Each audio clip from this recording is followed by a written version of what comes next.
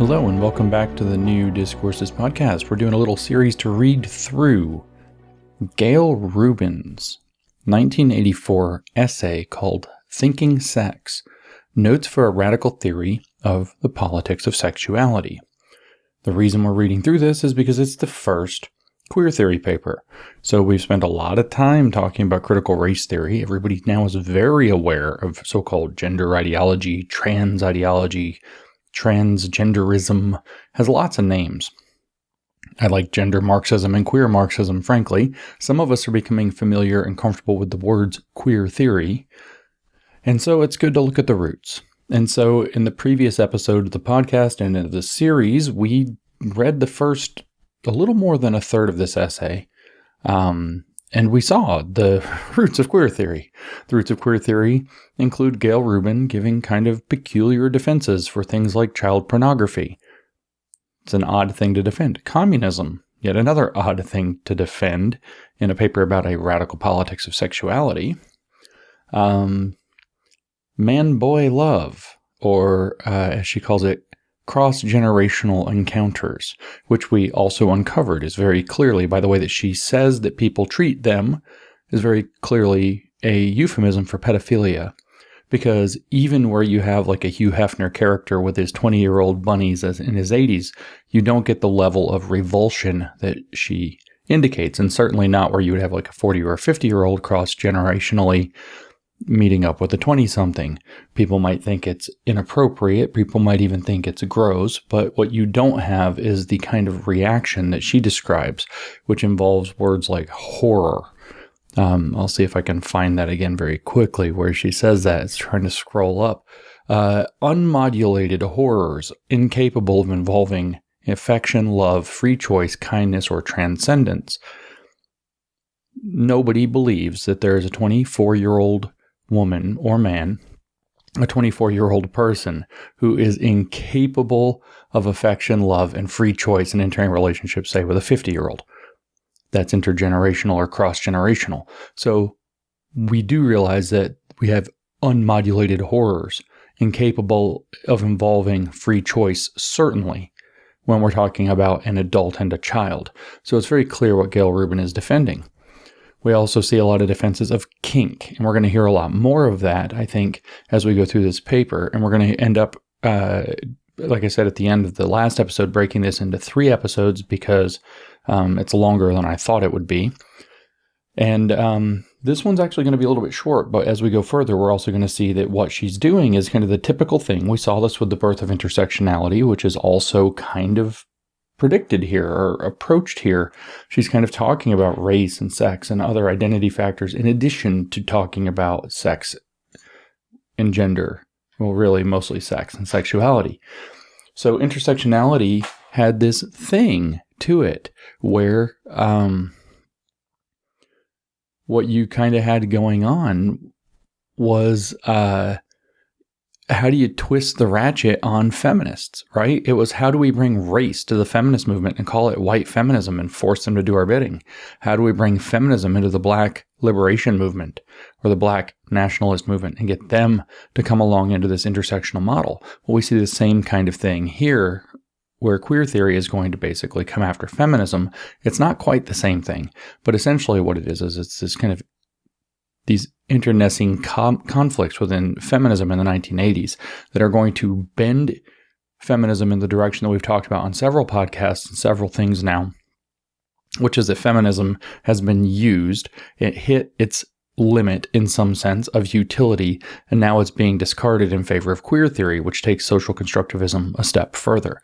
If you want a quick summary, I've done a few podcasts on this topic, but one was titled The Woke Slope is Always Slippery. The argument is actually pretty simple. It's that if you're in a social constructivist universe and you say gender is a social construct, and then you get to sex, which if you're talking about issues of sexuality, you eventually will. So gender, sex, and sexuality are kind of intertwined. When you get to sex, if you try to say no, sex is biologically real, all it takes is one person, say Judith Butler, who later in the decade did exactly this, to come along and say, well, maybe sex is socially constructed too. And if you say, no, it's not, it's biological, bada bing, bada boom, you're a TERF, you're a conservative, you're a counter-revolutionary. You are part of the problem. And so there is no way to stop the slope from slipping from gender as a social construct to sex as a social construct to what we're dealing with now, which is literally people saying things like sex and gender can be things that aren't even sexes or genders, like animals or trees or cake or abstract concepts or nebulas or space or energy itself. And there's absolutely nothing you can do to stop that within a social constructivist frame that doesn't believe that reality is real, as we've also talked about, but that believes that reality is actually a construct of social relations that are put forth by the powerful in order to constrain people. And so what queer theory did was it looked at the idea that some stuff is normal, that men and women are men and women, that's normal. And it says, well, that constrains the subjectivity of people who don't feel like that works for them, the abnormal, the queer. And it creates a positive discourse of resistance and a site of an anchor for subjectivity in queer politics as a form of Marxist revolutionary politics to overthrow a system that is created by the normal to benefit the normal. And we see exactly what queer theory is. And we're going through this paper to kind of show. So this is 84, to show where it comes from, I should say. But this is 1984. When this paper was written by Gayle Rubin.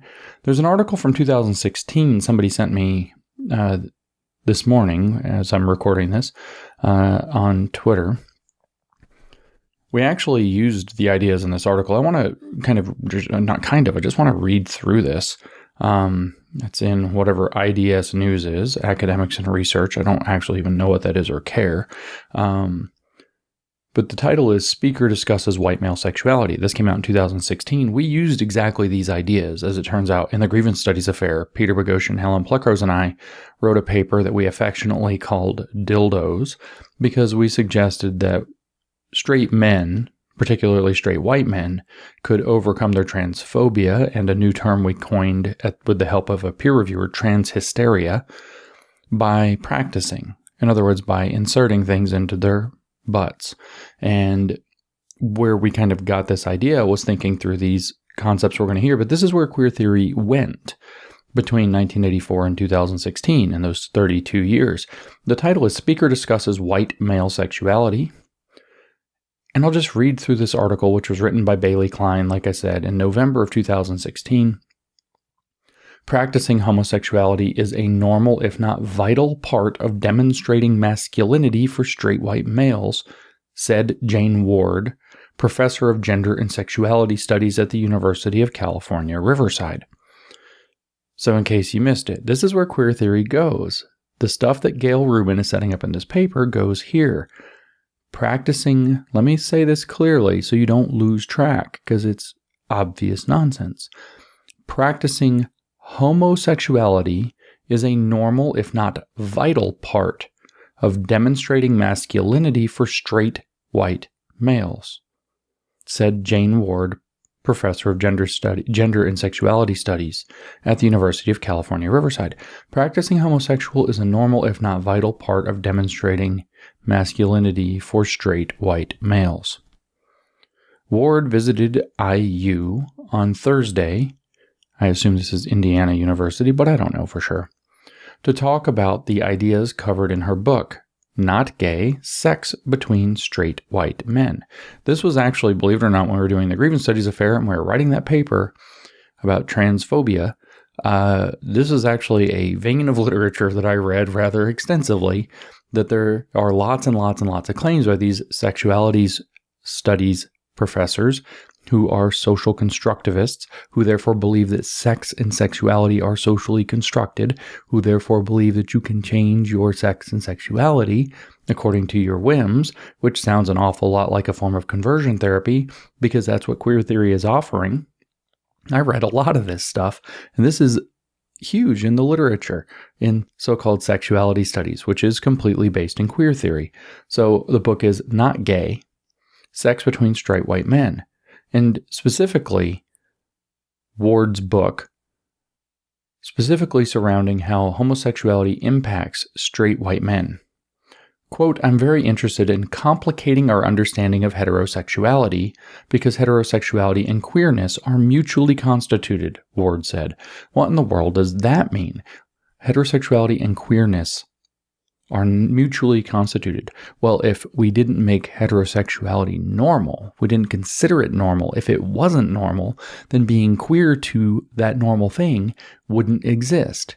If we didn't think of heterosexuality at all, or consider it to be a normal state of affairs, then we couldn't call queerness abnormal. So they exist together.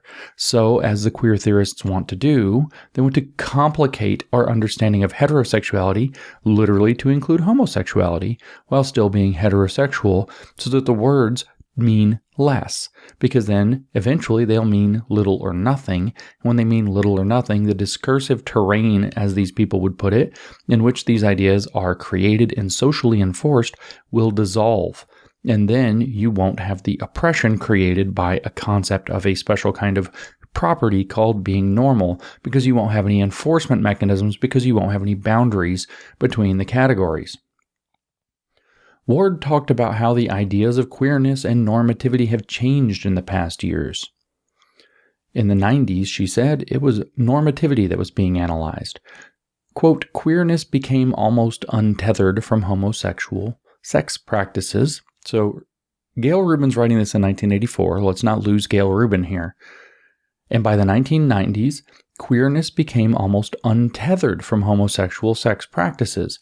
And instead, what did I say, by the way, about what queerness is? In queer theory, queer Marxism. I said, let me remind you before I finish the sentence, I said that queer theory is a Marxist theory where there's a special kind of property called normalcy, and what has to be done is that in keeping with the Communist Manifesto, Chapter 2 and elsewhere, as Marx said, communism can be summarized in a single sentence, abolition of private property. In other words, in this case, queer theory can be, or queer Marxism can be summarized in a single sentence, abolition of the concept of normal. Abolition of the normal. Queerness became almost untethered from Queerness became almost untethered from homosexual sex practices, and instead queerness became defined as resistance to regimes of the normal, Ward said. And instead, following Gayle Rubin's complications of sex and sexuality, her thinking sex, within less than a decade, queerness became defined not in terms of homosexual sex practices. Queerness became defined as resistance to regimes of the normal. We did not exaggerate in cynical theories. I have not exaggerated in any podcast that I've given. Queer theory means, in her own words, became defined as a Marxist theory of resistance to regimes of the normal. Regimes set up by the idea of normalcy itself, constituted as a special form of property that some people have access to, other people are excluded from, and therefore you have a site of oppression that requires a consciousness-raising theory that will create an awakened proletariat, if you will, a queer proletariat that will try to overthrow the existing regime, which is the regime of the normal. It is a war on the normal, which is the first thing we say in the queer theory chapter of Cynical Theories in Chapter 4, which we wrote back in 2019. It came out in the summer of 2020, but the book was actually due on the last day of August 2019, so we were way ahead of the curve writing that one. Specifically, Ward discussed different ways in which straight white males will participate in homosexual activity and consider it hazing, such as in the military or in fraternities. Some of these events she described included fraternity elephant walks and the Navy's crossing the line, both of which involve males touching one another's genitals. I've been told by people in the Navy, after making fun of this on Twitter, that that's not at all what crossing the line actually is, but that won't stop a queer theorist. Ward said at first she was repelled by these activities. I have the correct moral positioning. I am a good person. I was repelled. At the same time, though, she said she was impressed by the imagination these men had to create such scenarios. Quote, as these young men groped one another, they believed they were doing something productive, something fundamentally heterosexual, masculine, and white, Ward said. That's insane. And white? That's insane. She used different examples of ads on Craigslist made by straight white males looking for sex with other straight white males. Interviews done by 100 of these men, Ward said, revealed around 50% also identified as heterosexual in the interviews. I'm telling you, there were books about this when I was going for that paper. I wish I could remember what some of these are. The only thing I can remember is a rather hilarious paper by a guy named Brian Pronger from the 90s that was about football secretly letting straight men play out their gay fantasies, and it was titled Out of My End Zone. And it basically impugned all of team sports as ways for straight men to play out homosexual fantasy, even though they're not actually homosexual. But there was all these books, all these papers talking about basically straight men having sex with one another and then defending the territory of their straightness. And then they go into the whole idea of the one drop rule. If you've had gay sex once, it makes you gay, blah, blah, blah. And that's where homo hysteria comes from. And homo hysteria leads into this idea that we created of trans hysteria, that if you cross-dress or whatever, or even so much as, put something in your anus, then you're automatically dipping into trans land. And that causes a hysteria that drives people crazy and makes them go away from it.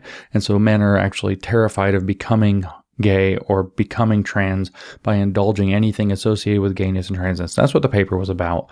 And we said that if men just practiced that it would be okay. They could overcome it. And it was like, really, this was called an important contribution to knowledge by a peer reviewer, this ridiculous paper that we wrote. But it was based in a lot of literature that queer theorists have come up with that makes no sense. Ward said that in this sense, many believe sexual contact between these straight white men during these activities is not homosexual. Let me read that part again. Ward said that in this sense, many believe sexual contact between these straight white men during these activities is not homosexual. Oftentimes, they are viewed as humorous or demeaning. These activities, she said, are practiced for the sake of masculinity and strengthening male bonds, particularly straight, white, male bonds. It's just fascinating the way these people think about the world, isn't it? But again, we can turn back to Gayle Rubin. What did Gayle Rubin do throughout this paper already? We heard in the previous section. I don't remember how this paper lays out. We might run into it again. We probably will. Talking about Foucault and the idea of these genealogies, these archaeologies or whatever, these critical genealogies of the ideas of, say, homosexuality. And so Foucault's basic point is what we're hearing here. This is that postmodern Marxism of Foucault with regard to sex and sexuality. Foucault wanted there to be no real boundaries, for it not to be judged. Okay, and so what did he argue? He argued that what we did was we defined homosexuality, and up until then, people just did kind of whatever they wanted, except that the religious people called it a mortal sin and beat people up and did all these terrible things. But then later, we created the category of homosexual and the category of heterosexual, and those categories are fake. They are socially constructed categories for the means of social control. In other words, they're politically constructed categories, and that's where Gayle Rubin said right at the outset of this essay, sex is always political. And what the argument is it's much murkier than that. It's much blurrier than that. We have to tear down the boundaries. We have to think differently. We can't think, and mostly Gayle Rubin's talking about kink, but with Foucault being invoked, she's definitely also talking about homosexuality, and she is literally talking about homosexuality. So what we see is 30 some odd years later, we find Ward saying, in this sense, many believe sexual contact between these straight white men during these activities is not homosexual. Ward also said, and because it's intersectional by the time Ward's writing this, we can't just say that it's practiced for the sake of masculinity and strengthening male bonds. We have to go further and say particularly straight white male bonds. Ward also said homosexuality is often an invisible and important ingredient in heterosexual masculinity. Again, let me just read that again, because the first time you hear it, you're like, it doesn't say that. No, it does. Homosexuality is often an invisible and important ingredient in heterosexual masculinity. I'm a straight guy. It's not. At least not for me. She talked about heteroflexibility, which is one of the concepts we used in our fake paper. She talked about heteroflexibility, in which men ultimately identify as straight, but sometimes engaging, that's a typo, in sexual activity with other men. No, those people are bisexual. but they identify as straight but sometimes engage in sexual activity with other men. Quote, "My aim with this work is to offer a new way to think about heterosexual subjectivity," Ward said. Now we have to pause, because now we're in the realm of Marxism. This is queer Marxism. You have to learn to see this. You have to learn to see that what we're dealing with is Marxism. Marxism believed that the fundamental nature of man that separates him from animal because he threw down God is not that he has, the divine spark. It's not that he's made in the image of God, in the imago Dei. It's not that. It can't be that. Man has made himself. Man made himself through his social relations, and his social relations dictate the range of his ability to imagine as a creative subject. And so the goal of Marxism, according to what Marx is saying, is to awaken people to the fact that their capacity has been stolen to imagine and to see themselves as creative subjects has been stolen from them. They are alienated from their true nature as man rather than animal by the fact of wage labor and the division of labor. So when we're talking about finding an anchor for subjectivity, like we hear Kimberly Crenshaw talk about in Mapping the Margins, her first big paper it's the second paper on intersectionality, but her first really big one. And we hear Gayle Rubin talking about that to the point where I invoked the similarities to Mapping the Margins in the previous episode of this series. And then we hear this from Ward. My aim in this work is to offer a new way to think about heterosexual subjectivity. What we hear is she wants people to be able to think about what it means to be a heterosexual subject in a different way, that they can create heterosexuality however they want, not the way that society has told them it has to be. Okay, this is Marxism. Please understand, this is queer Marxism. Society has erected a heteronormative domain. This is their theory. This is how they think. It is socially constructed, and it exists to limit the subjective range of heterosexuals and also homosexuals, but specifically heterosexuals. They created the terms heterosexual and homosexual, or heterosexual and queer, specifically to police this terrain, to maintain certain advantages for those who fall within the heteronormative range and to justify oppression and abuses of people who fall out of the heteronormative range. Okay? Now, what that does through structural determinism, which is a concept I've talked about over and over and over again, the Marxists believe that the structure of society determines the range of your ideas, your values, your character, your morality, who you are able to imagine yourself to be as a person. And what the Marxist theory here would be is that heteronormativity has structured society in a way such that people think about themselves as homosexuals or heterosexuals in particular ways that limits their ability to think of themselves as heterosexuals in other ways, or homosexuals in other ways. And so here she wants to complicate the notion of heterosexuality to include homosexuality under certain conditions, and she points out homosexuality is often an invisible and important ingredient in heterosexual masculinity. Again and again, every paragraph, many believe sexual contact between straight white men during sexual activities is not homosexual. She says it again and again. Why? Because her aim is to offer a new way to think about heterosexual subjectivity. I am a heterosexual. I am a subject. I have subjective thoughts. I live inside my head. I envision my life a certain way. But society, through heteronormativity, has told me a certain way, a certain range of expression that I can be as a heterosexual. I can't find that man attractive. I can't, want to kiss a man. I can't want to whatever else they do. Okay? I can't touch men certain ways. I can't cuddle. I can't whatever it happens to be. That's not manly. That's not masculine.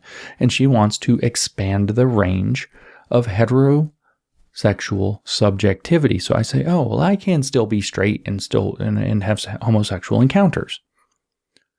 This is what they're doing. And the reason is because, as she said just a few paragraphs back, she said that the point of this is to define queerness as resistance to regimes of the normal, because normal is arbitrary, created by people who are normal, get to define what's normal, and get to use it to exclude other people from being considered normal. This is a Marxist theory of sex and sexuality.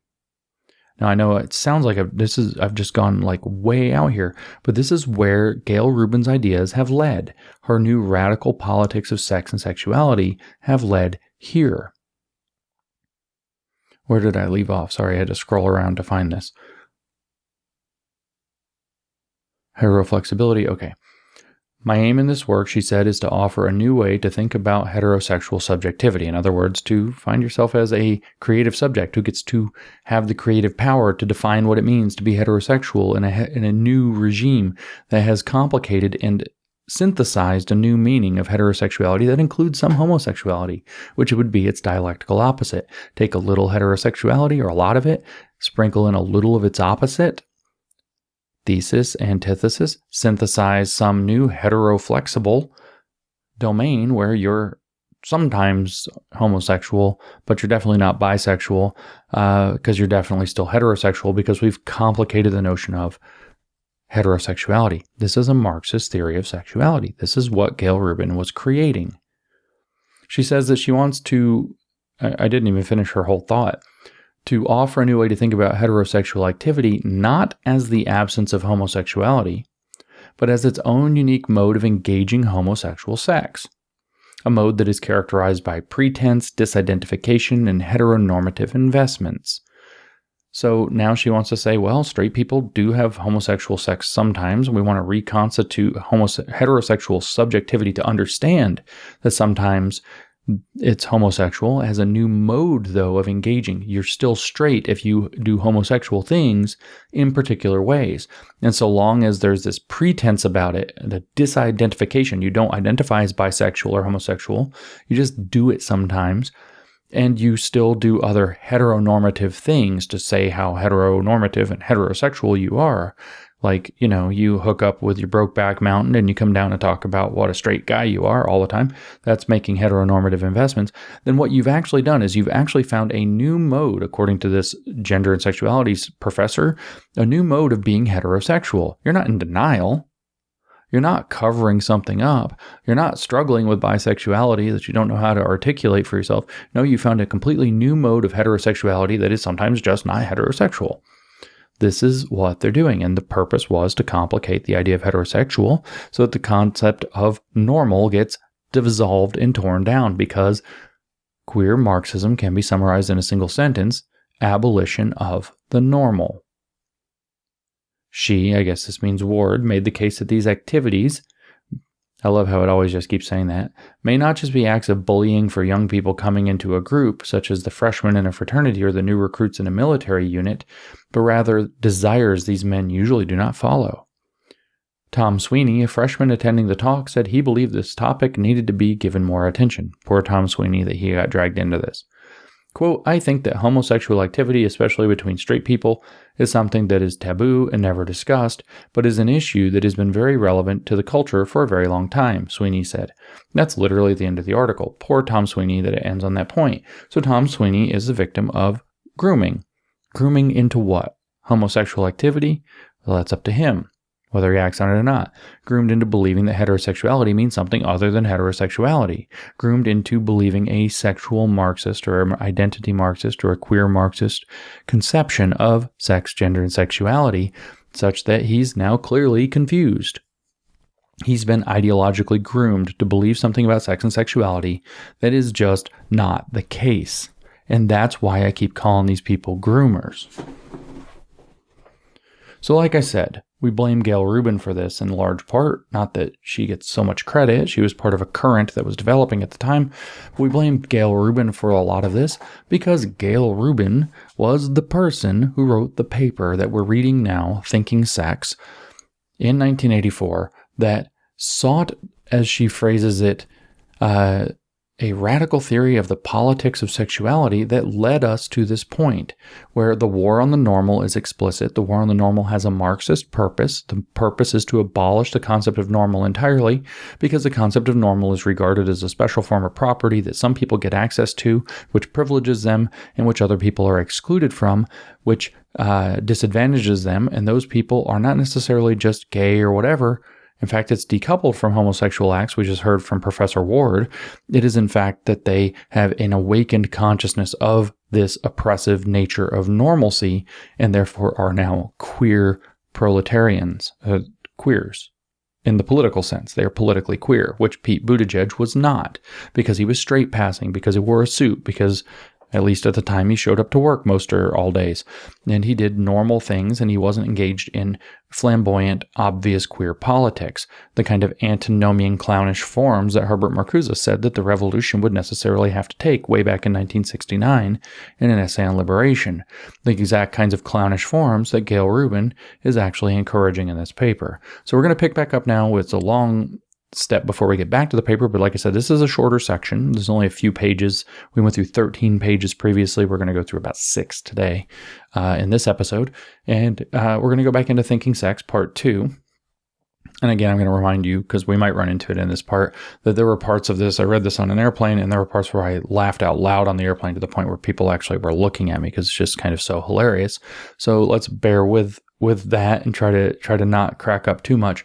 But we also have to remember where this has led, which we just heard, but it also has led to groomer schools, all this weird perversion in coming out of corporations like Disney for your children, in schools for your children, her arguments for the decriminalization of child pornography, her arguments in favor of man-boy love and cross-generational encounters. Some of this stuff is actually kind of funny, where she's talking about keeping perverts out of whatever. Her uses of the word perverts crack me up, where she talks about some BDSM stuff is kind of funny, the way she puts it. But where it's led is not funny at all. This BDSM stuff we're going to encounter in this paper is hilarious. In fact, I laughed out loud so hard that it was kind of embarrassing on the plane when I hit it in the paper at one point. But this is why you see at the so-called pride parades, literally fetishists out in their fetish gear and their leathers and their chaps and their little weird outfits, hanging out and talking to kids. And this is why this has been this huge argument for a few years. This is the beast that got unleashed by Rubin and her associates in queer theory. Now, we're not going to give her all the credit. Judith Butler did a ton to develop queer theory, as did Eve Sedgwick did a lot to develop queer theory, her so-called epistemology of the closet, which we should probably go through at some point, as did people like Jack/Judith Halberstam. We got a trans person involved there. There's another one, Halperin, that did a lot. I can't think of Halperin's first name. It's probably Jack/Judith also, or something like that. So anyway, we pick up here in the middle of the paper, sexual transformation. Just to kind of remind you where we left off, she was just going through kind of all of this stuff about how basically different, how there have been different regimes of control, kind of doing a Foucauldian critical genealogy of sex and sexuality for psychology. So remember this paragraph here. She said this notion of a single ideal sexuality characterizes most systems of thought about sex. For religion, the ideal is procreative marriage. For psychology, it's mature heterosexuality. Although its content varies, the format of a single sexual standard is continually reconstituted within other rhetorical frameworks, including feminism and socialism. It is just as objectionable to insist that everyone should be lesbian, non-monogamous, or kinky as to believe that everyone should be heterosexual, married, or vanilla, though the latter set of opinions are backed by considerably more coercive power than the former. So you hear that we left off in this kind of critical constructivist, explicitly critical constructivist. She says she's using a critical approach and social constructivism from Foucault. So you hear that, the power dynamic, there's your critical side, and the constructivism that we really can't make any real determinations about what is appropriate sex, and this is kind of arbitrarily enforced on people, with lots of punishment if you're on the wrong side and lots of leeway if you're on the right side, which I said last time is like a repressive tolerance, Marxism, of sexuality that she's actually discussed here. So now we pick up with sexual transformation. Now let me just, before I go into this, let me make another point about Marxism. That T word needs to be a tip-off for you every time. When you hear transform, transformative, transform society, transformation, transformational, you better think real close about whether or not what you're reading is Marxism. The goal of Marxism is to become conscious, in this case queer, so that you can transform society, or maybe you can transform sex, maybe you can transform sexuality, exactly like Professor Ward wanted to transform the idea of heterosexuality into something else, to make it become something that it is not, because Marxism is a religion that believes everything is incomplete and is in a process of becoming and moving toward its idealized state, and it's our job to identify how it hasn't become far enough and to move it dialectically in that direction, by combining opposites to make something that doesn't make sense, like adding in various forms of homosexual behavior into heterosexuality to have a more inclusive heterosexuality that allows for certain homosexual forms as long as people are sufficiently invested in heteronormative things and they have a certain level of like joking around about what they're doing, a certain unseriousness about it.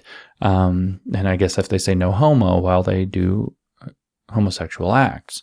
So transformation, that's the title of this section, sexual transformation. She starts off with a quote from Foucault from 78. So I guess would be History of Sexuality then. As defined by the ancient civil or canonical codes, sodomy was a category of forbidden acts.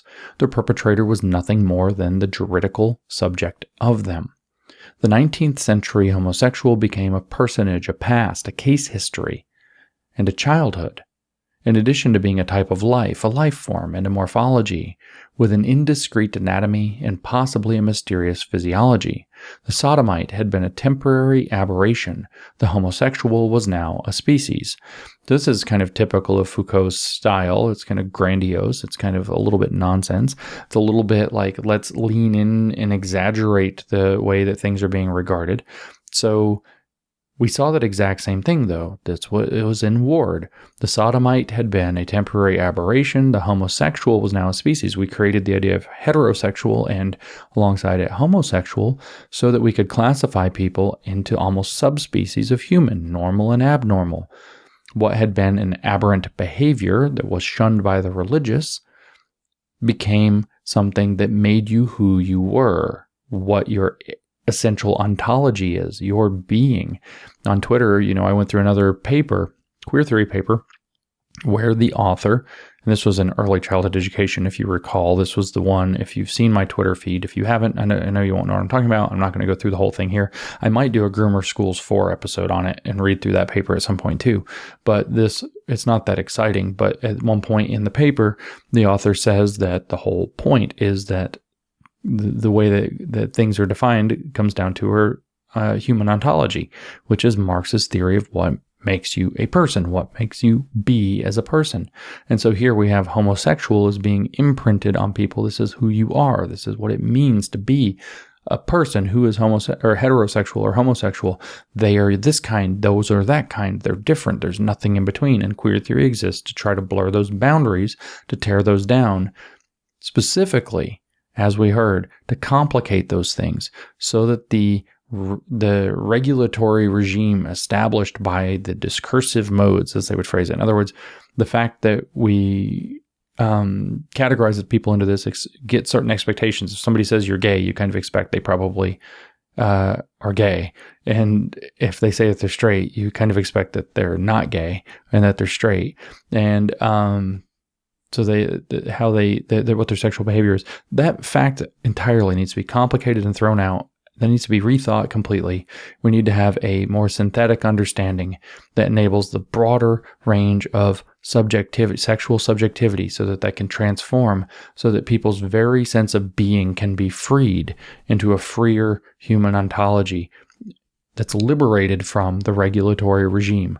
And when I said of discursive forms, it's the idea that these words, heterosexual and homosexual, these pieces of language are the things creating and enforcing the regime. You're gay, you're straight, those are words. That means you're in a box, you're in a category. There's nothing else you can do. If you're straight, you can't engage in homosexual sex sometimes. That's what Ward was saying, because you're straight. Now you kind of get what's going on. The sodomite had been, before this had happened, Foucault tells us, a temporary aberration. But now the homosexual is a species.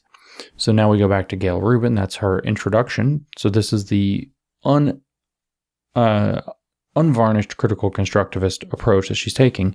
She says, in spite of many continuities with ancestral forms, modern sexual arrangements have a distinctive character which sets them apart from pre-existing systems. So she's going to rehash this. In Western Europe and in the United States, industrialization and urbanization reshaped the traditional rural and peasant populations into a new urban, industrial, and service workforce. Now, I'll pause to point out, since we're kind of also doing this Freire podcast series, we're going through the Freire Marxist education theory, that this is exactly his argument about what happened in third world countries like Brazil, where he had lived, is that society went forward through industrialization and urbanization and made there be a reliance upon literacy that didn't previously exist, which marginalized the illiterate. So now we see this here. It generated new forms of state apparatus, reorganized family relations, altered gender roles, and made possible new forms of identity, produced new varieties of social inequality, and created new formats for political and ideological conflict. It also gave rise to a new sexual system characterized by distinct types of sexual persons, populations, stratification, and political conflict.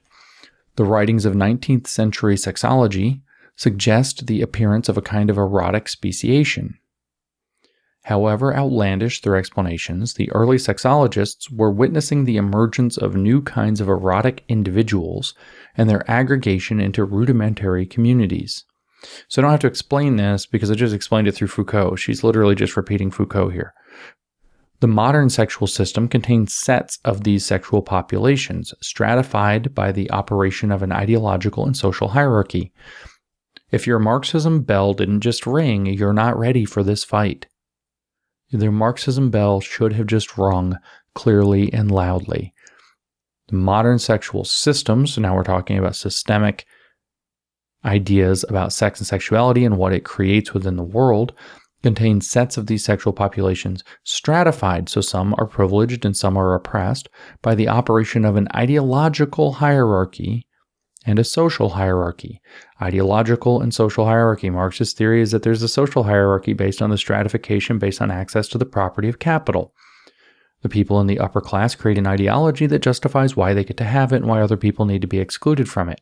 Now we switch out of capital and we put in normalcy. Then we have within the sexual realm, certain people are considered normal, they have access to normalcy, and they create an ideology called heteronormativity or cis-heteronormativity that justifies why they get to maintain the top status in the social hierarchy, conditioning everybody's subjectivity. And their ideology is supposed to brainwash people into accepting that social hierarchy. That's exactly Marxism. So if your Marxism bell didn't ring there, you've got some more work to do. You've got to be able to see this. You've got to be able to explain it. We're not going to convince anybody to get rid of this unless you can see it and explain it. But if there's any doubt that queer theory is queer Marxism, here, without even invoking Marx yet, we have explicitly the Marxist underlying assumptions that formed all of leftism since Marx. No leftist has really departed from them. Plainly visible, just not explicitly cited. Differences in social value create friction among these groups. So there's Marx's class antagonism theory. The privileged have higher social value, the abnormal or queer have lower social value. So therefore these classes aren't just stratified, they're in conflict with one another. But we didn't use the word conflict, we said friction. Creates friction among these groups who engage in a political contest called queer class antagonism or sexual class antagonism to alter or maintain their place in the ranking. Marxist class struggle theory right there. That's Marxist conflict theory. Queer theory is a neo-Marxist conflict theory of sex, gender, and sexuality. Exactly like how in race Marxism I say critical race theory is a neo-Marxist conflict theory of race. It's the same thing. Contemporary sexual politics should be reconceptualized in terms of the emergence and ongoing development of this system, its social relations, the ideologies which interpret it, and the characteristic modes of conflict. Ding, ding, ding, ding, ding. That's your Marxism alarm going off. And contemporary sexual politics should be reconceptualized in terms of all of this, right? Sees the means of production of these discursive forms, these means of social relations or relating, the ideologies that interpret it. We have to get rid of this heteronormativity, cis-heteronormativity, etc. We need new ideologies to interpret this, and that's going to retool the modes of conflict. Homosexuality, she tells us, is the best example of this process of erotic speciation. Homosexual behavior is always present among humans. Is it? But in different societies and epochs, it may be rewarded or punished, required or forbidden, a temporary experience or a lifelong vocation. In some New Guinea societies, for example, homosexual activities are obligatory for all males. Homosexual acts are considered utterly masculine, roles are based on age, and partners are determined by kinship status. Although these men engage in extensive homosexual and pedophile behavior, they are neither homosexuals nor pederasts. So here we're going back into this same genealogical or archaeological idea of Foucault to say, look, here's this other culture that does it differently, does it completely differently, and it doesn't taint their masculinity. So our ideas are socially constructed, they're contingent upon who we are, and they're probably actually false, so they can be rethought in terms of a sexual liberation paradigm, a new radical politics of sex and sexuality, a Marxist queer theory. Nor, she says, was the 16th century sodomite a homosexual. In 1631, Mervyn Touchet, Earl of Castlehaven, was tried and executed for sodomy. It is clear from the proceedings that the Earl was not understood by himself or anyone else to be a particular kind of sexual individual. While from the 20th century viewpoint, I'm trying to figure out if that's a quote, it is. Quote, while from the 20th century viewpoint, Lord Castlehaven obviously suffered from psychosexual problems requiring the services of an analyst, from the 17th century viewpoint, he had deliberately broken the law of God and the laws of England and required the simpler services of an executioner, quoting somebody named Bingham. Okay. So again, we're seeing this same thing. Your beliefs about what constitutes sex and sexuality and categories is socially contingent, socially constructed, political artifice used to create social control. That's Foucault's thesis. What Gayle Rubin is doing as a sex-positive feminist is working Foucault's thesis into the existing sex-positive feminism of the day to create queer theory. The Earl did not slip into his tightest doublet and waltz down to the nearest gay tavern to mingle with his fellow sodomists. He stayed in his manor house and buggered his servants. Gay self-awareness, gay pubs, the sense of group commonality, and even the term homosexual were not part of the Earl's universe. Okay, so he banged his male servants, but he wasn't gay because he had no gay self-awareness. There was no idea for him to accept it, so he wasn't gay. So the language creates the reality, not the other way around. There were no gay pubs for him to hang out. There was no sense of group commonality. There was no folkish nationalism to being queer, folks. F-O-L-X. There was no group sense. There was no community identity that he could lean into that makes gay have meaning. There was no culture. It's not culturally derived, so it's not really gay. And even the term homosexual, there wasn't even a word. How could he be homosexual if there was no word for it? These were not even a part of the Earl's universe. Therefore, he wasn't actually homosexual, even though he apparently buggered his servants in his manor house and was executed for it. The New Guinea bachelor and the sodomite nobleman are only tangentially related to a modern gay man. Is that true? They're only tangentially related? Who may migrate from rural Colorado to San Francisco in order to live in a gay neighborhood, work in a gay business, and participate in an elaborate experience that includes a self-conscious identity, group solidarity, a literature, a press, and a high level of political activity. You remember all those times on the frickin' internet where these people made fun of me for saying that they use the word folks in the sense of folkish nationalism, in the sense that their community, their identity category works like an identity nation that has maybe a friggin' flag that they fly and that is all over the freaking place. But what makes gay, according to Gayle Rubin, according to what we just heard, the nobleman did not qualify. And what do we hear that a gay man in the contemporary era might qualify as gay under when he goes to San Francisco, live in a gay neighborhood, work in a gay business, participate in an elaborate experience that includes a self-conscious, maybe national type identity group solidarity, like nationalism, a literature, a press, like a national newspaper maybe, and a high level of political activity. It's folkish nationalism. It's folkish nationalism mapped onto identity categories. It's perfectly clear. She literally said that the nobleman in 1631 was not gay because there was no such word, there was no press, there were no pubs, there was no gay community in which he could identify himself, so no gay awareness. But now we have a consciousness of what it means to be gay and in a gay community participating in gay activities with literature, press, etc., all the trappings of a nation, of a folk nation. This is the folkish religion that both Hegel and then much later W.E.B. Du Bois and all these people in between tried to figure out how to establish, and in this case based, an identity category. I didn't make that up. I'm not defensive. I'm just saying. I didn't make that up. People literally make fun of me for that crap on Twitter all the time. Here it is. What would you say? Oh, you may migrate from, let's say, Colorado to Mexico in order to live in a Mexican neighborhood, work in a Mexican business, participate in an elaborate Mexican experience that includes a self-conscious Mexican identity, Mexican solidarity, Mexican literature, a Mexican press, and a high level of Mexican political activity. You would say that, well, that sounds like nationalism. But now it's gay, gay, gay, gay, gay, gay, gay instead of Mexican. It's the same damn thing. It's not a complicated argument. In modern Western industrial societies, Gayle Rubin tells us, homosexuality has acquired much of the institutional structure of an ethnic group. A folk nationalist identity. It even has a flag. In fact, it has like 400 flags, and the flags eat each other and cannibalize each other and all kinds of weird stuff. Maybe they mate with each other. Maybe that's what they're doing.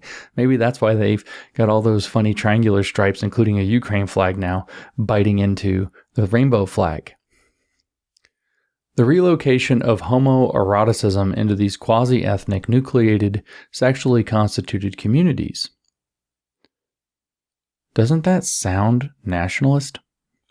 The relocation of homoeroticism into these quasi-ethnic, nucleated, sexually constituted communities is to some extent a consequence of the transfers of population brought by industrialization. And I would say that the reason we have folk nationalism located in identities is because of the transfers of population activity brought about by digitization in social media. You can get together and have a gigantic gay community made up of millions and millions of people that functions in some sense like a state. At least conceptually. And it doesn't matter where you live. As laborers migrated to work in cities, there were increased opportunities for voluntary communities to form. As individuals migrated onto social media platforms, there were increased opportunities for voluntary communities to form, say in chat groups. Homosexuality inclined women and men who would have been vulnerable and isolated in most pre-industrial villages. Sorry, I apparently put the wrong stress. I was like, this sentence doesn't work. Homosexually inclined men and women who would have been vulnerable and isolated in most pre-industrial villages, began to congregate in small corners of the big cities. Most large 19th century cities in Western Europe and North America had areas where men could cruise for other men. Lesbian communities seem to have coalesced more slowly and on a smaller scale. How about that? Nevertheless, by the 1890s, there were several cafes in Paris near the Place Pigalle, I don't know how to say French things, Place Pigalle maybe, which catered to a lesbian clientele, and it is likely that there were similar places in the other major capitals of Western Europe. Areas like these acquired bad reputations, so now we've got to do the critical part, which alerted other interested individuals of their existence and location. In the United States, lesbian and gay male territories were well established in New York, Chicago, San Francisco, and Los Angeles in the 1950s. Sexually motivated migration to places such as Greenwich Village had become a sizable sociological phenomenon. By the late 1970s, sexual migration was occurring on a scale so significant that it began to have a recognizable impact on urban politics in the United States, with San Francisco being the most notable and notorious example. And so now we have to go into a weird turn. Prostitution has undergone a similar metamorphosis. Prostitution began to change from a temporary job to a more permanent occupation as a result of 19th century agitation, legal reform, and police persecution. Prostitutes who had been part of the general working class population became increasingly isolated as members of an outcast group. Prostitutes and other sex workers differ from homosexuals and other sexual minorities. Yes, they do. Sex work is an occupation, while sexual deviation is an erotic preference. Is it a preference? Nevertheless, they share some common features of social organization. Like homosexuals, prostitutes are a criminal sexual population stigmatized on the basis of sexual activity. Prostitutes and male homosexuals are the primary prey of vice police everywhere. Like gay men, prostitutes occupy well-demarcated urban territories and battle with police to defend and maintain those territories, a pimp territory. The legal persecution of both populations is justified by an elaborate ideology which classifies them as dangerous and inferior undesirables who are not entitled to be left in peace.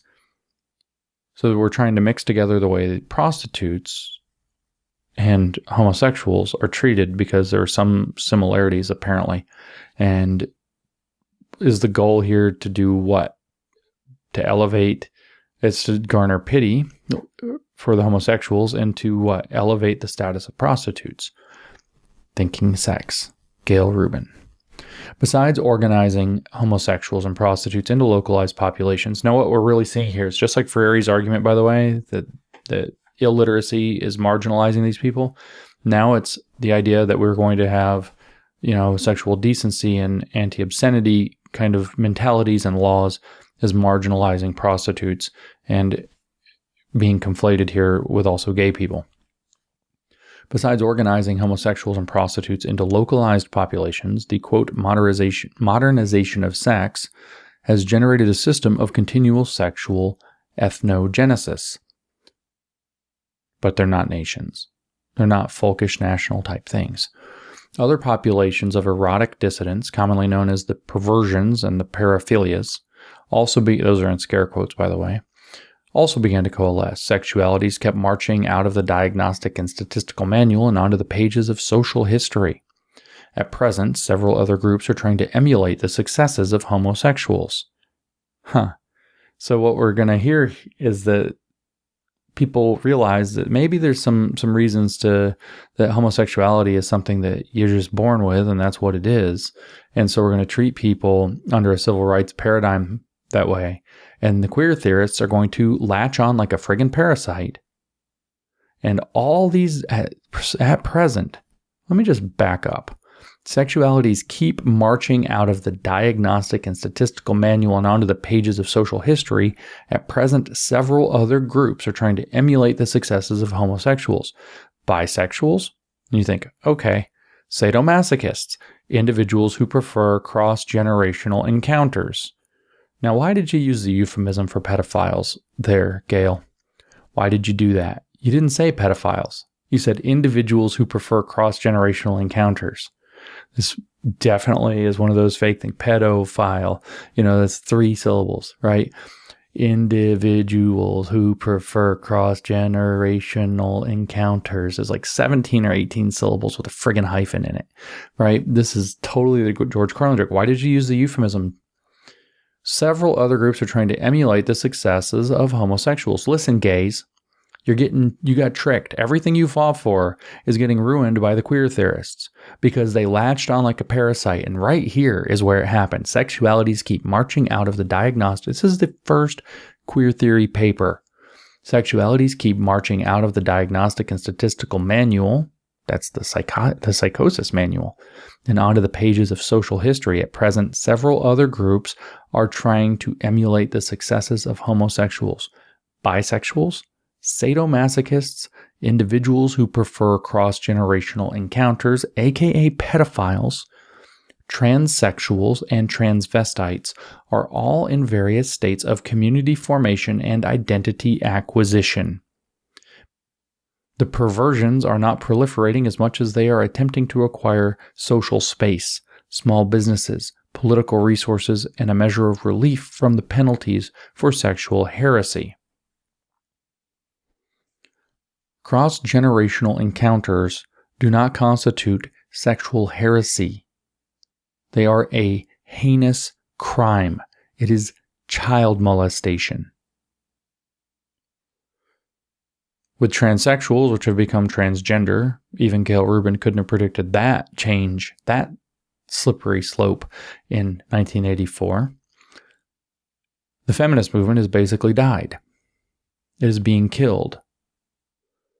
We now have rampant amounts of puberty-blocked kids who are being chemically sterilized, having other health issues possibly for life, becoming permanent pharmaceutical patients as a result, undergoing surgeries to remove their genitals, their breasts, plastic surgeries to change their appearance, permanent, irreversible damage as a result of having transsexuals and transvestites who groomed into transgender, who became literally invincible, not just as adults choosing to do what they can or feel like they need to do about whatever their situation happens to be, but rather thousands upon thousands upon thousands of children, cross-generational encounters.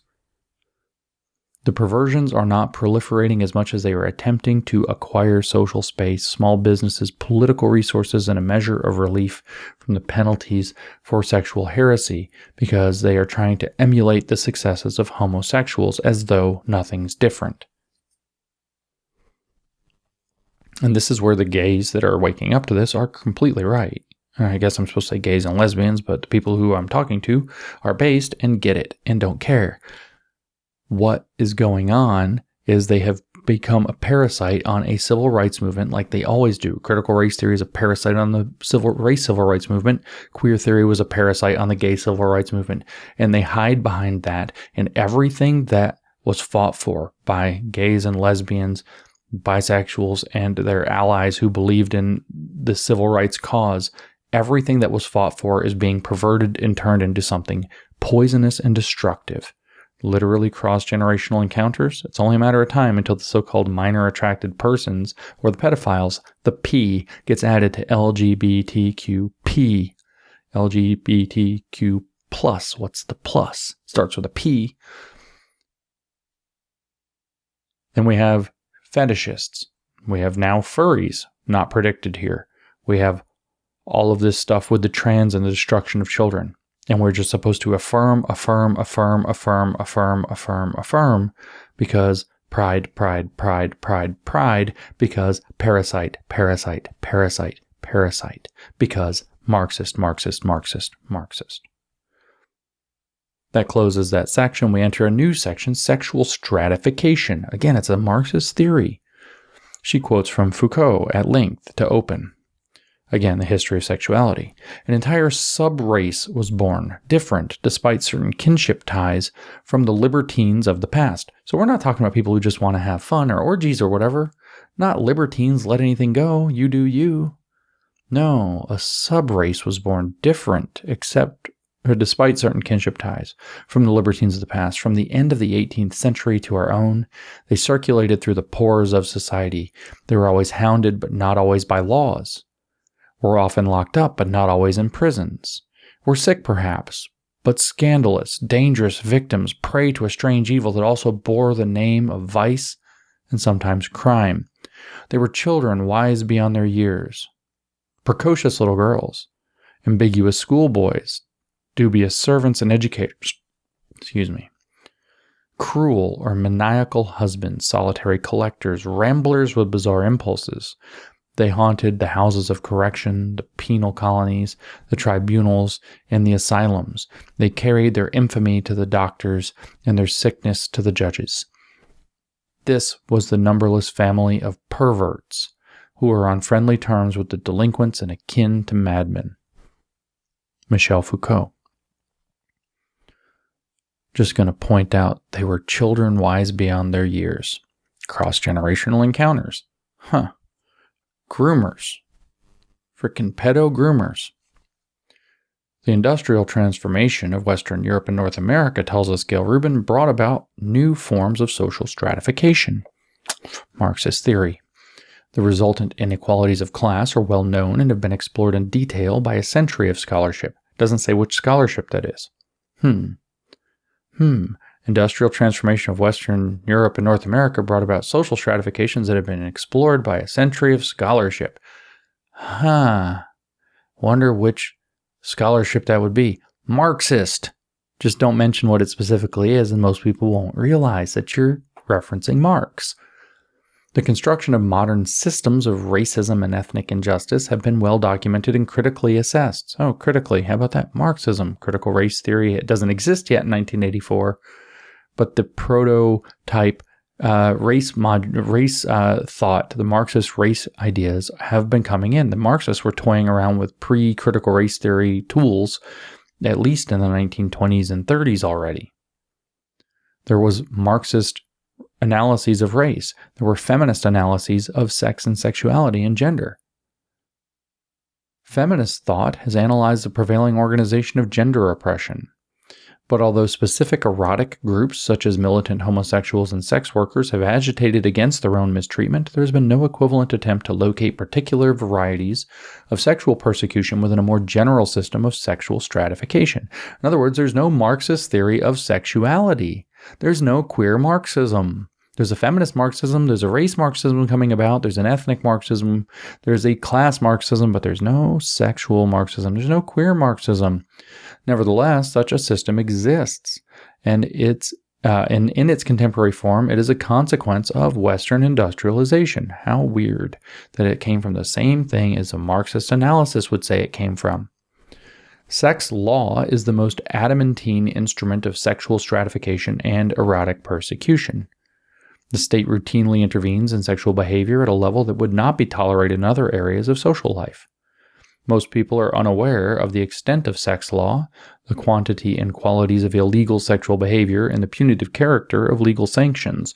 Although federal agencies may be involved in obscenity and prostitution cases, most sex laws are enacted at the state and municipal level, and enforcement is largely in the hands of local police. Just kind of a foreshadowing. Where do you think it's going to go if she's talking about sex law? Dark places.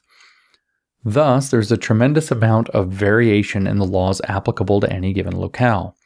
Moreover, enforcement of sex laws varies dramatically with the local political climate. In spite of this legal thicket, one can make some tentative and qualified generalizations. My discussion of sex law does not apply to laws against sexual coercion, sexual assault, or rape.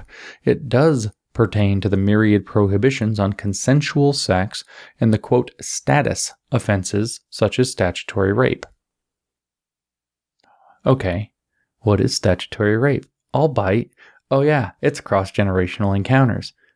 The myriad prohibitions on consensual sex have a point, and the status offenses such as statutory rape. Sex law is harsh.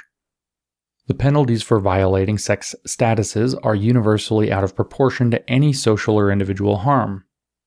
A single act of consensual but illicit sex, such as placing one's lips upon the genitalia of an enthusiastic partner, is punished in many states with more severity than rape, battery, or murder.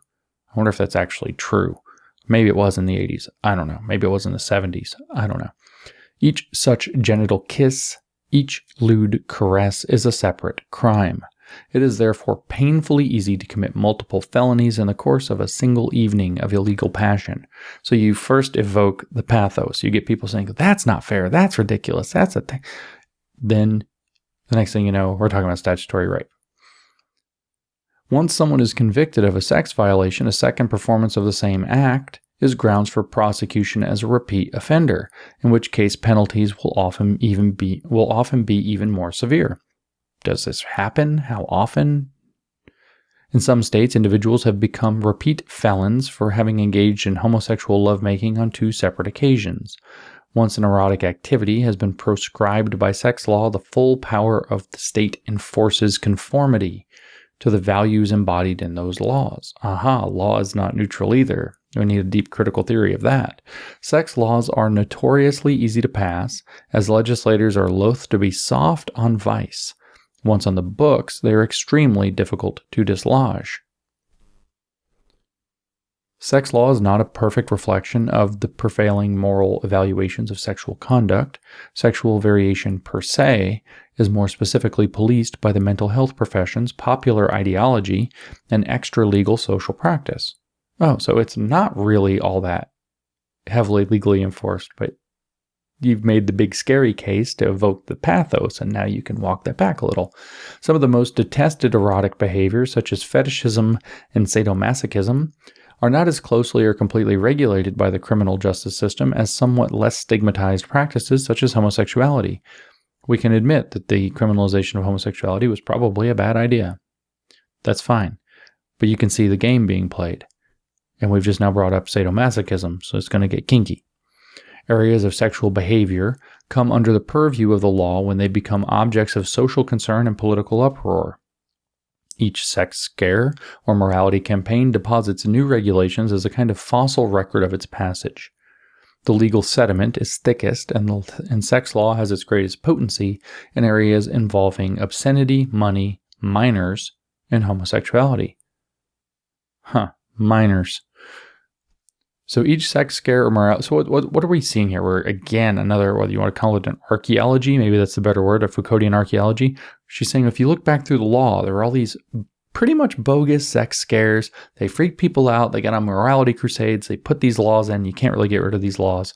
And now you have all this bad sex law involving obscenity, money, minors, and homosexuality.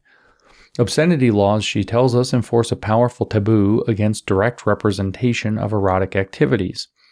Current emphasis on the ways in which sexuality has become a focus of social attention should not be misused to undermine a critique of this prohibition. It is one thing to create sexual discourse in the form of psychoanalysis or in the course of a morality crusade. It is quite another to depict sex acts or the genitalia graphically. The first is socially permissible in a way the second is not. It's almost like they're confused about things being different on purpose, because if they are sufficiently confused about things being different on purpose, then they can say none of this makes any sense and we can throw out everything. See, you allow people to do this one thing, but you won't allow people to do this other thing. Therefore, we've got to have graphic depictions of sexual activity in children's books in school, apparently. Sexual speech is forced into reticence, euphemism, and indirection. Really? You mean like cross-generational encounter? Freedom of speech about sex is a glaring exception to the protections of the First Amendment, which is not even considered applicable to purely sexual statements. The anti-obscenity laws also form a part of group statutes that make almost all sexual commerce illegal.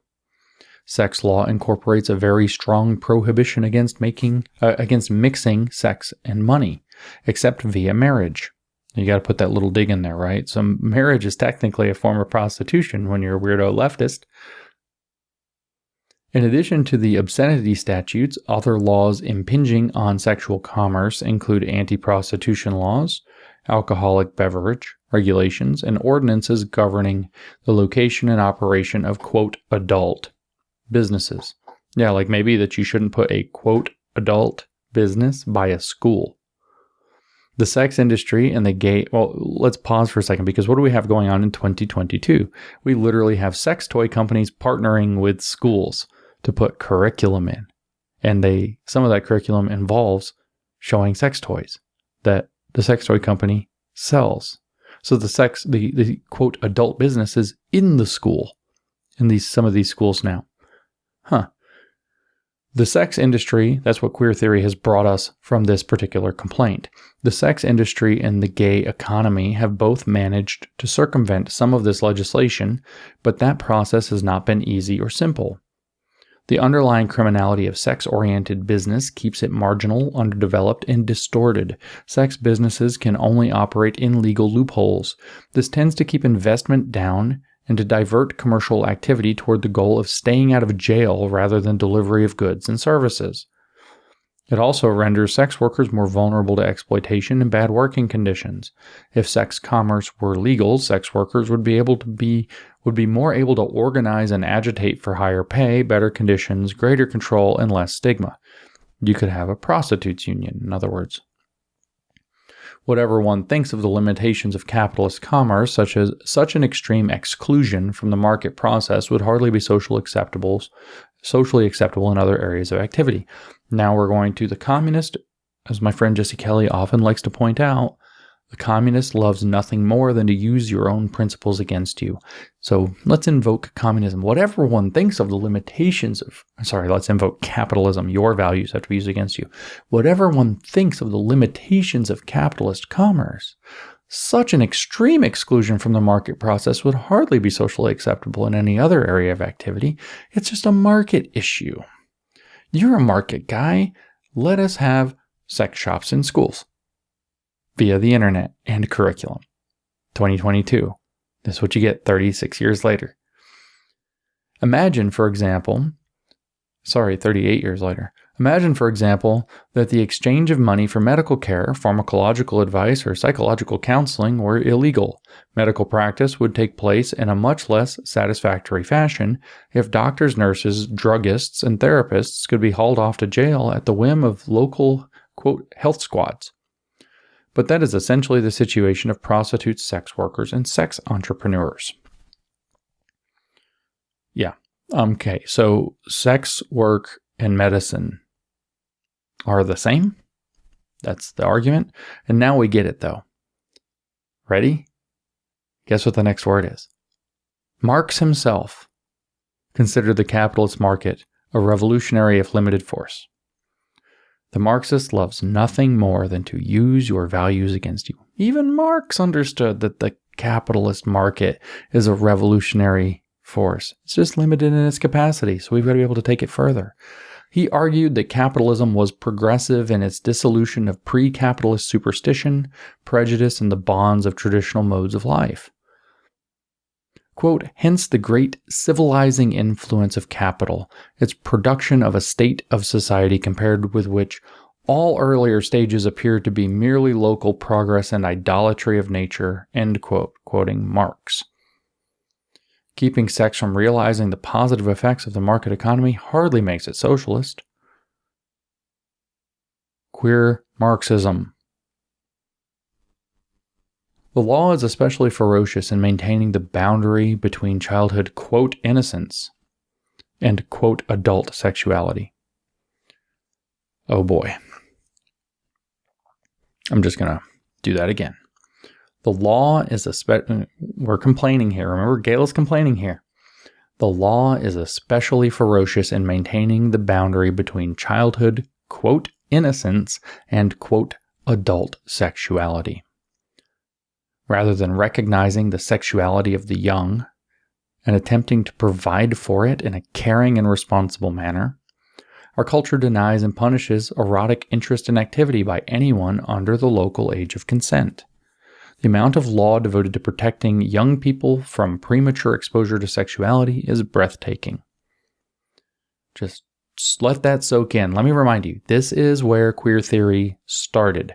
Queer theory didn't start with, hey, let's ask some questions and then arrive at minor attracted persons deserve to be treated as a marginalized minority. It started with minor attracted persons are a oppressed minority that deserves to be treated better. And we need a revolution in the entire sex economy in order to figure that out. It started there. It started with the pedophiles. This is the first queer theory paper.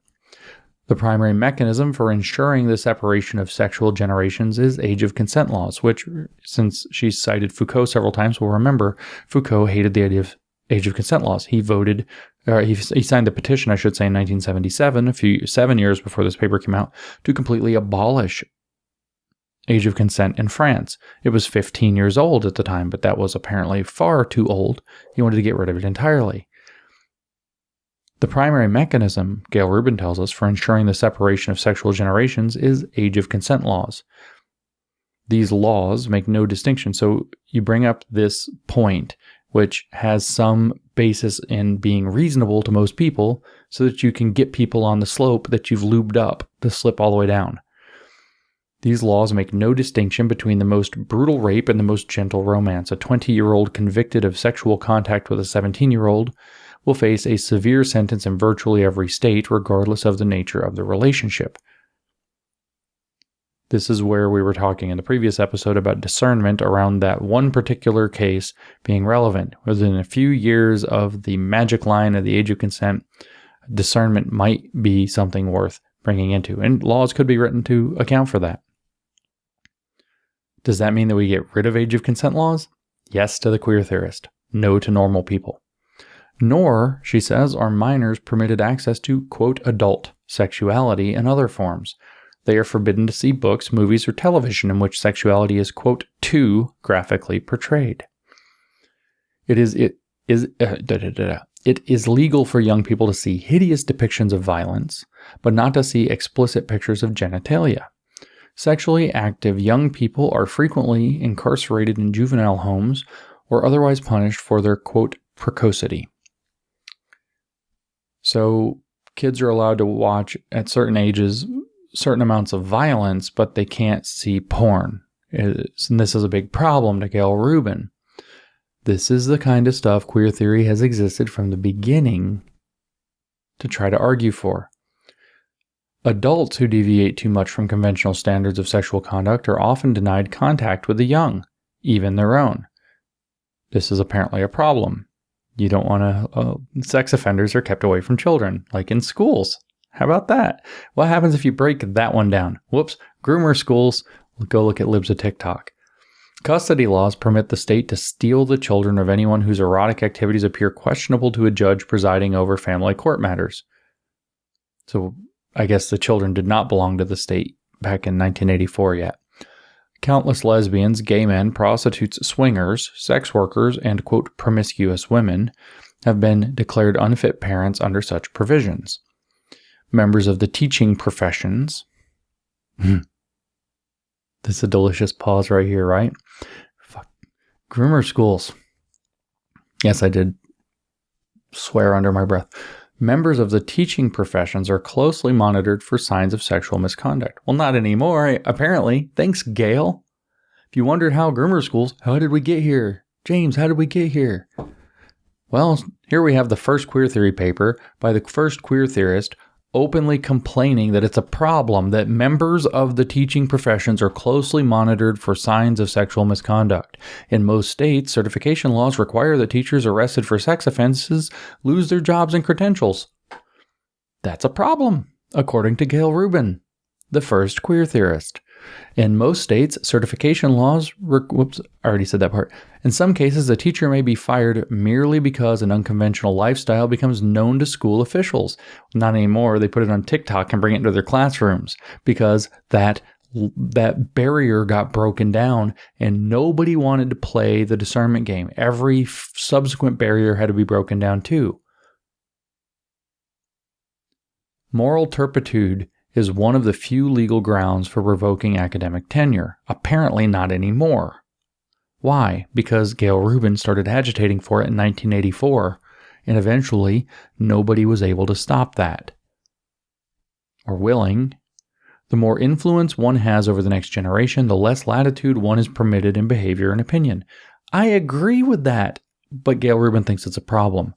The coercive power of the law ensures the transmission of conservative sexual values with these kinds of controls over parenting and teaching. It's a hell of a paragraph, isn't it? You want to rewind and listen to that one again. That's a hell of a paragraph. The only adult sexual behavior that is legal in every state is the placement of the penis in the vagina in wedlock. Consenting adults statutes ameliorate the situation in fewer than half the states. Consenting adults, it should be hyphenated, statutes. So about half the states have leniency if the adults are consenting. But that's not minors. Most states impose severe criminal penalties on consensual sodomy, homosexual contact short of sodomy, adultery, seduction, and adult incest. Sodomy laws vary a great deal. In some states, they apply equally to homosexual and heterosexual partners and regardless of marital status. Some state courts have ruled that married couples have the right to commit sodomy in private. Only homosexual sodomy is illegal in some states. Some sodomy statutes prohibit both anal sex and oral genital contact. In other states, sodomy applies only to anal penetration, and oral sex is covered under separate statutes. So the point of doing that paragraph, what we just read, is to say, look at this mishmash of laws. Obviously, there's no universal standard. Obviously, none of this makes sense. Therefore, people who are talking about this honestly, the conscious Marxists, are the ones who need to take it over, give it to us. That's the point. Everybody with all their stupid conservative values, they're just making stuff up as they go. Luckily, we have the real study of the material conditions of history and the structural social conditions of history and the cultural conditions of history, as you've heard throughout this paper. So give us the power to decide, and let's make it universal. We're seeing the exact same kind of thing argued about now with the Roe versus Wade decision coming from the Supreme Court, and the fact that they don't want the states to be able to make their own decisions based on their own populations. This is like this weird, everybody has to be on the same standard, super collectivist, our way it's our way or the highway program that the leftists are always pushing. And if you don't do that, then your laws don't make any sense, so we need to get rid of them, is the underlying message. Laws like these, she says, criminalize sexual behavior that is freely chosen and avidly sought. The ideology embodied in them reflects the value hierarchies discussed above. That is, some sex acts are considered to be so intrinsically vile that no one should be allowed under any circumstances to perform them. Yeah, like cross-generational encounters. Or you mean pedophile by that? Yes, I agree. Or pedophilia, I should say. The fact that individuals consent to or even prefer them is taken to be additional evidence of depravity. Let's pause 1 second on a word here. Now, we can't read too much. I don't want to do this weird close reading business where I read something that's not there. The fact that individuals consent to blah, blah, blah, but we've heard adult consent a couple of times in the past page or so. The fact that individuals consent to, not adults consent to. Adult got erased here. The fact that individuals consent to or even prefer them is taken to be additional evidence of depravity. This system of sex law is similar to legalized racism. No, of course.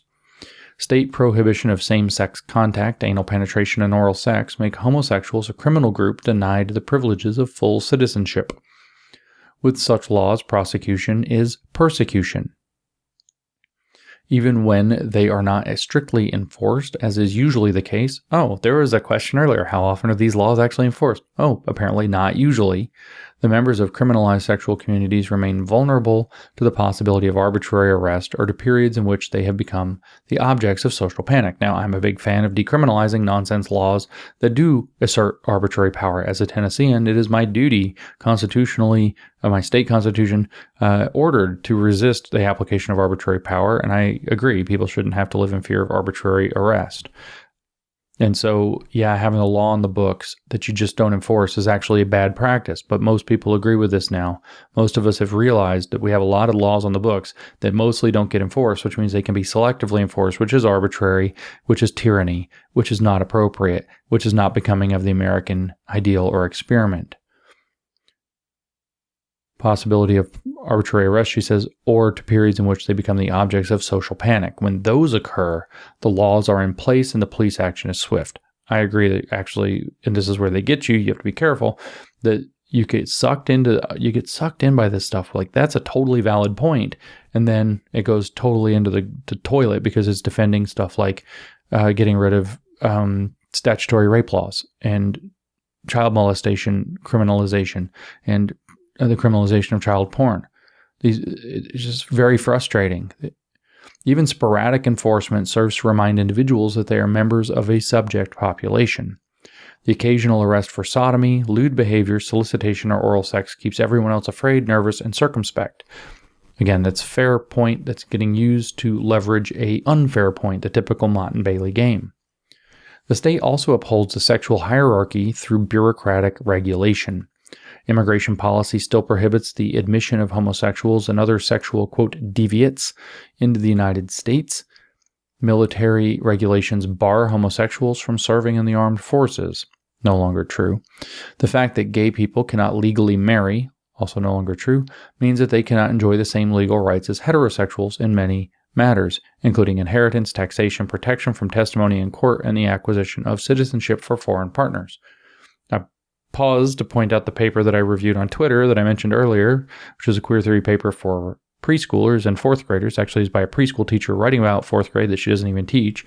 And in that, she pointed out that creates gay people being able to marry creates homonormativity, where homosexuality is acceptable only when it's within certain normative bounds, like married monogamous couples, and therefore that's also not okay. And the normalization of homosexuality through making it normative like that is also outside of the purview of what queer theory is aiming for. So the slope is slippery. We see from 1984 leveraging the idea of marriage equality to the point where even through the 90s, marriage equality was something queer theorists fought against.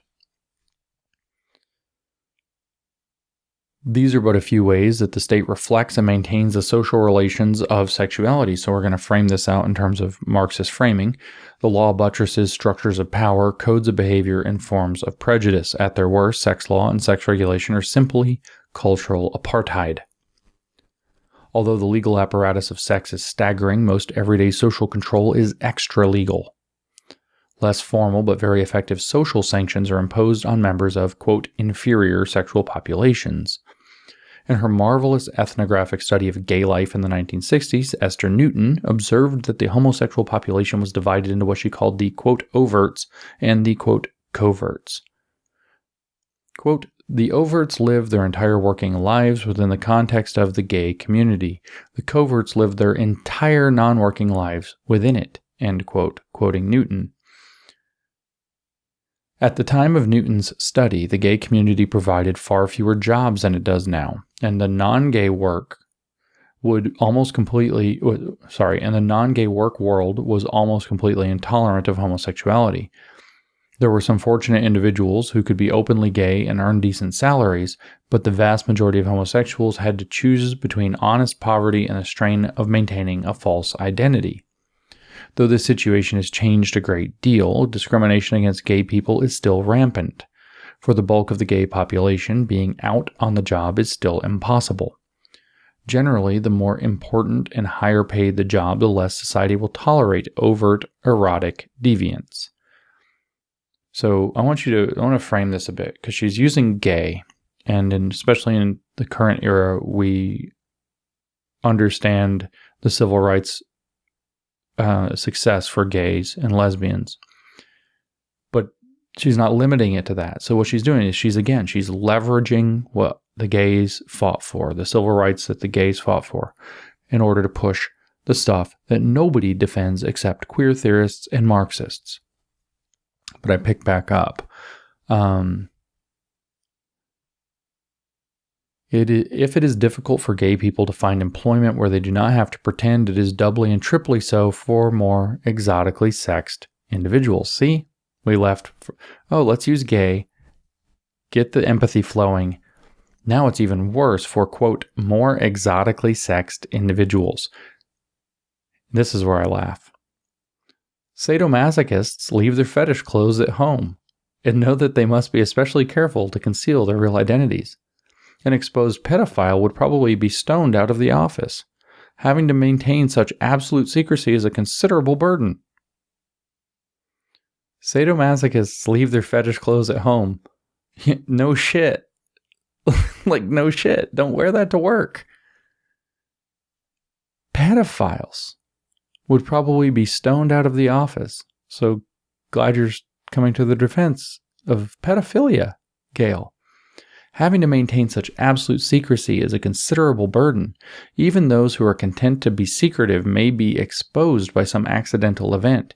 Individuals who are erotically unconventional risk being unemployable or unable to pursue their chosen careers. Now hold on. We've got gay on the one hand, and then we have people wearing their fetish clothes to the office on another hand, and then we have pedophiles on the other hand.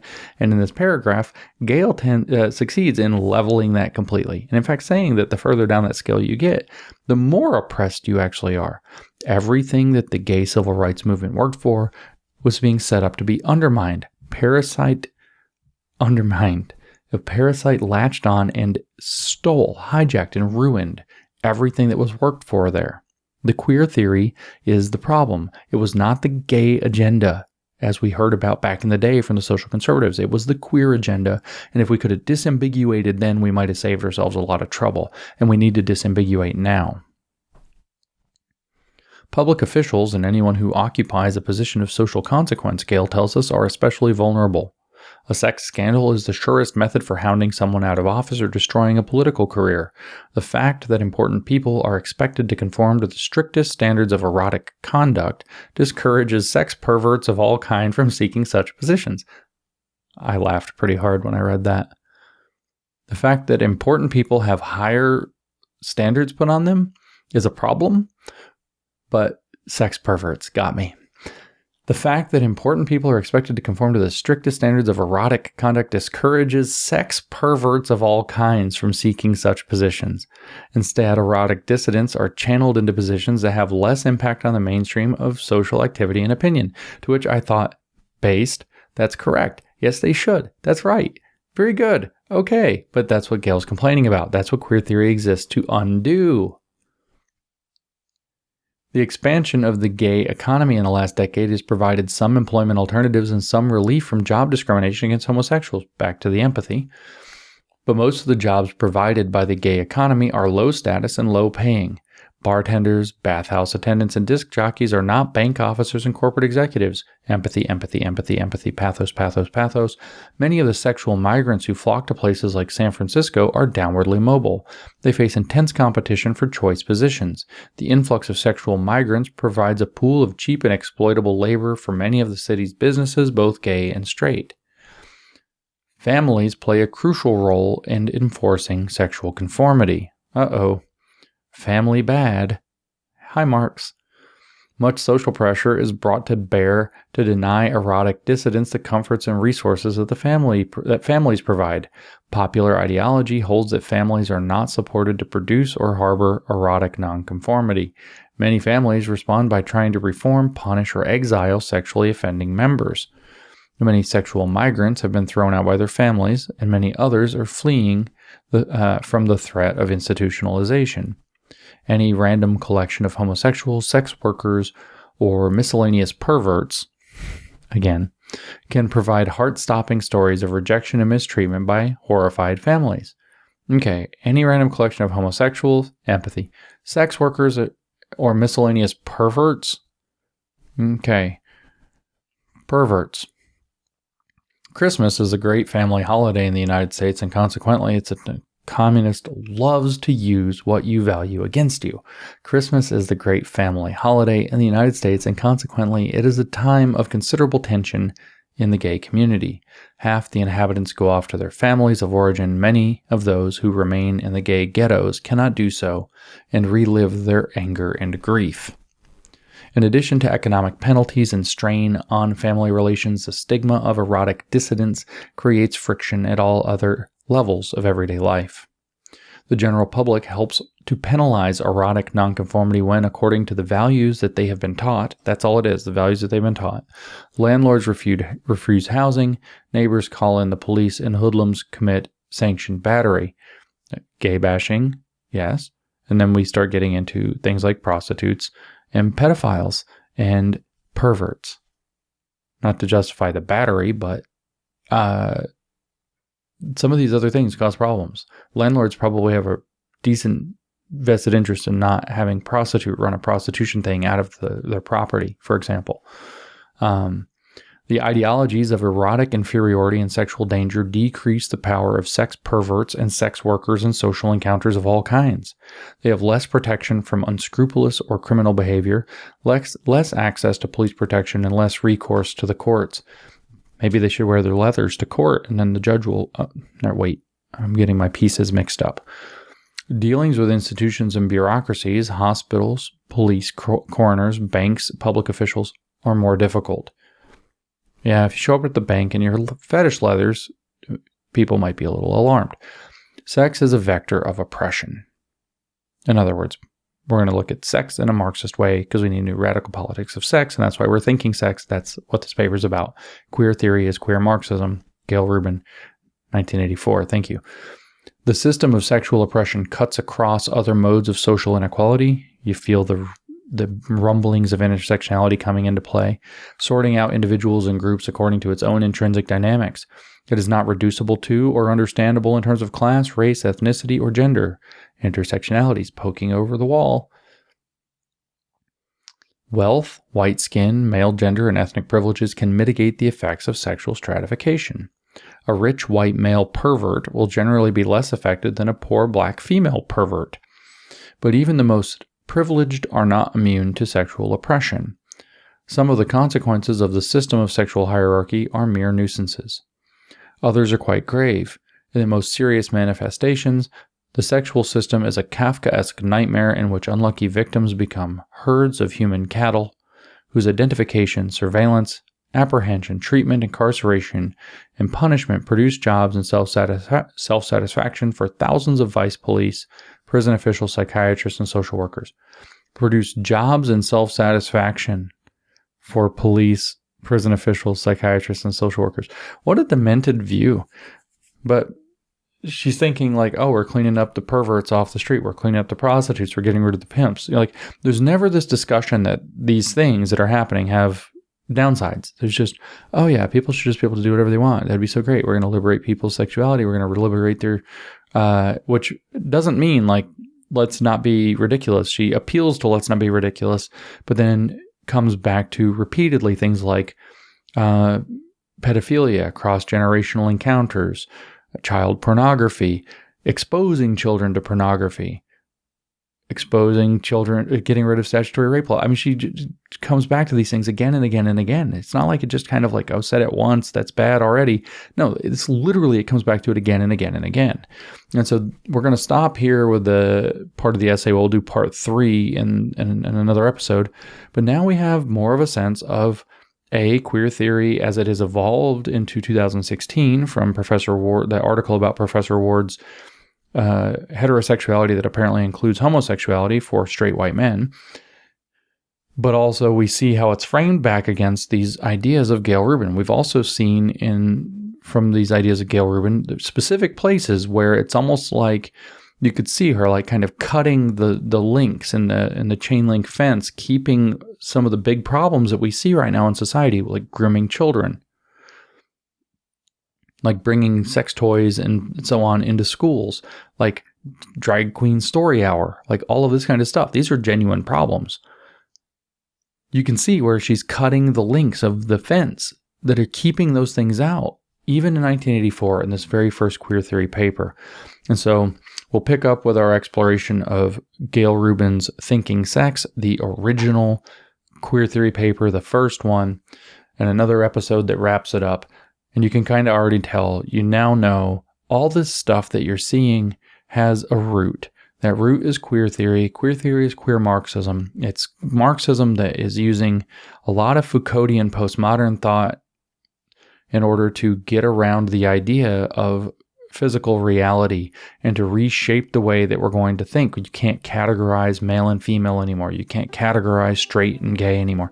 If you do, you cause all these harms and oppressions, and you create the discursive domain for a regulatory regime that's going to cause violence of categorization to people, blah, blah, blah, blah, blah, blah, blah. And so this didn't just come out of the ground. They didn't just start groomer schools like a few years ago.